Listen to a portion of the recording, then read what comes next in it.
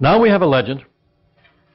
This comes from a storyteller from Kauai, a man named Fred Wickman, who is very, very good at gathering stories and telling them in very, very interesting ways. Many, many stories. He has about 4 books out that he's written.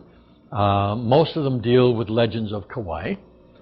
And this particular one, actually, I used his version of the story of Hi'iaka and Ohai and Pa'u Ohi'iaka, the little plant with the blue flower. So this one is also from him. One of the unusual goddesses, in a way, was Kapo. And I'll tell you a little bit about her first before we start. Kapo Ula Kina'u was her full name, or one of her names. She, which can be translated either as red eel woman, that's one translation, okay. But another translation is different than that. Okay, let's leave it at that. Okay. And so she was famous in so many ways. She's the one who has done one of the most unusual things I've ever heard any goddess do. When Kamapua'a was trying to chase down Pele one time, why, in order to distract him, because he was almost got her, Kapo detached her vagina. She had a flying vagina. And she attached her vagina and distracted Kamapua'a over to a hill on Big Island, which, again, it's one of those stories that we know is true because you can still see the impression of her vagina in a hillside over there. But boy, never ran across that one in any other goddess story around the world. But she also, in one story, came with Pele and Hi'iaka in one story to land at Ni'ihau and Kauai and then continue on. But in some of the other stories, and some of the oldest ones, like the story of Laka, why the Molokai family incorporated Kapo into their family pantheon. But Kapo has her own stories in other places, completely separate from any other goddess.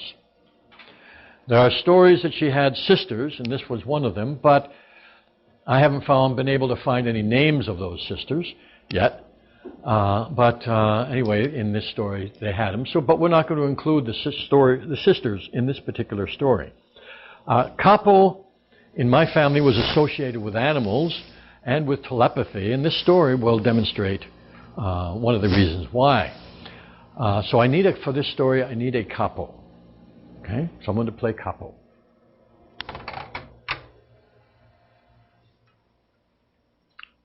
Okay, good. Kapo, please.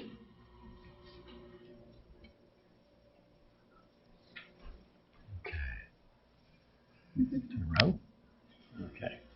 Okay.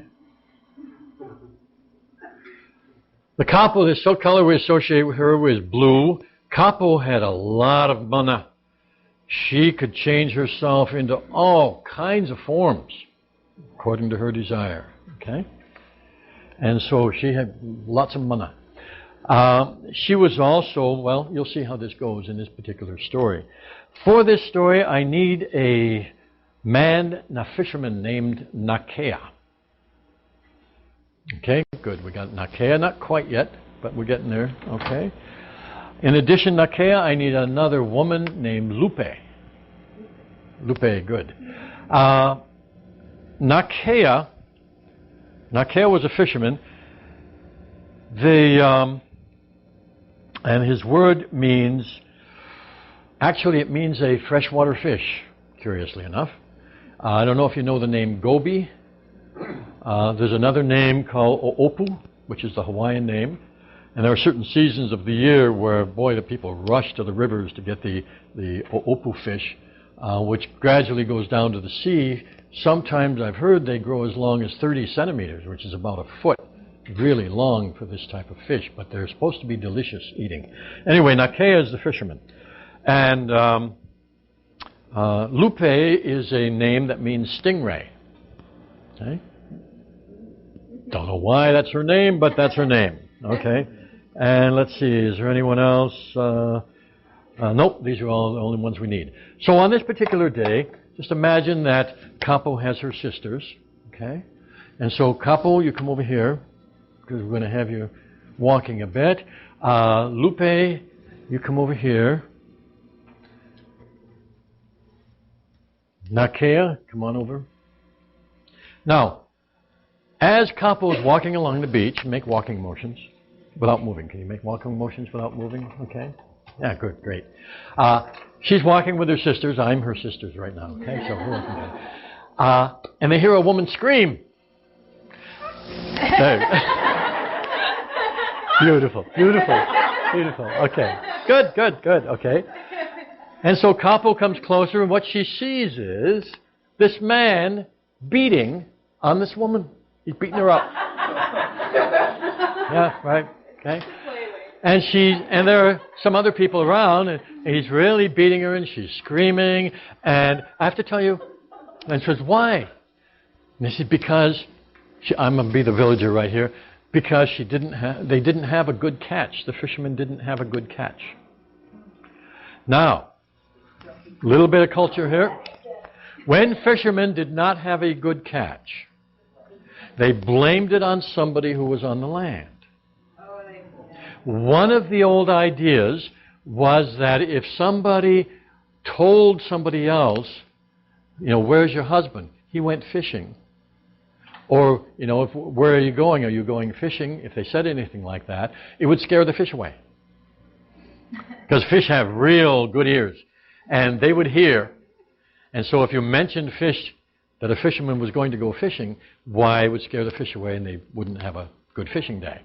And so they didn't have a good fishing day, and so Nakea is beating because he's accusing her of having said something or done something which chased the fish away. Now, Kapo's getting real upset with this.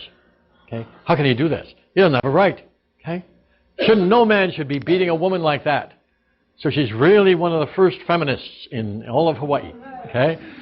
So, first thing she does is she moves her spirit into Lupe. Okay? And not only does she move her spirit into Lupe, but in that spirit is in Lupe. Lupe changes into a big snarling dog. Wow. And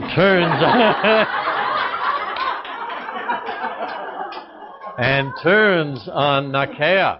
Okay? And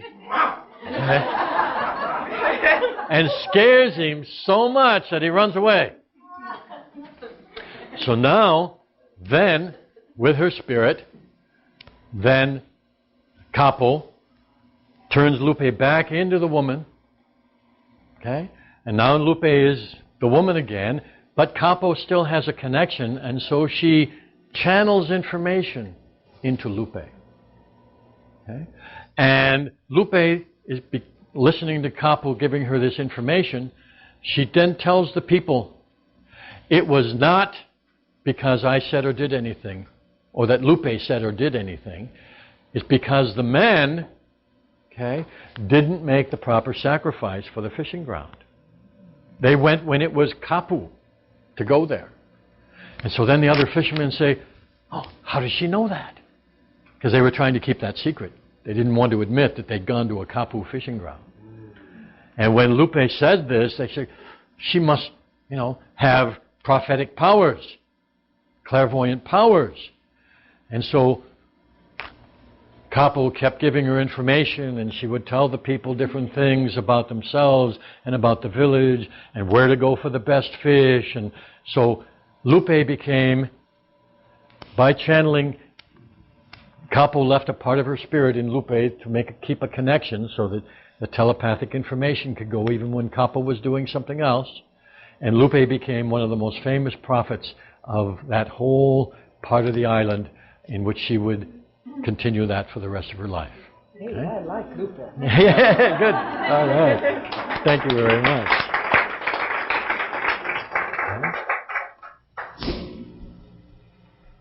Okay.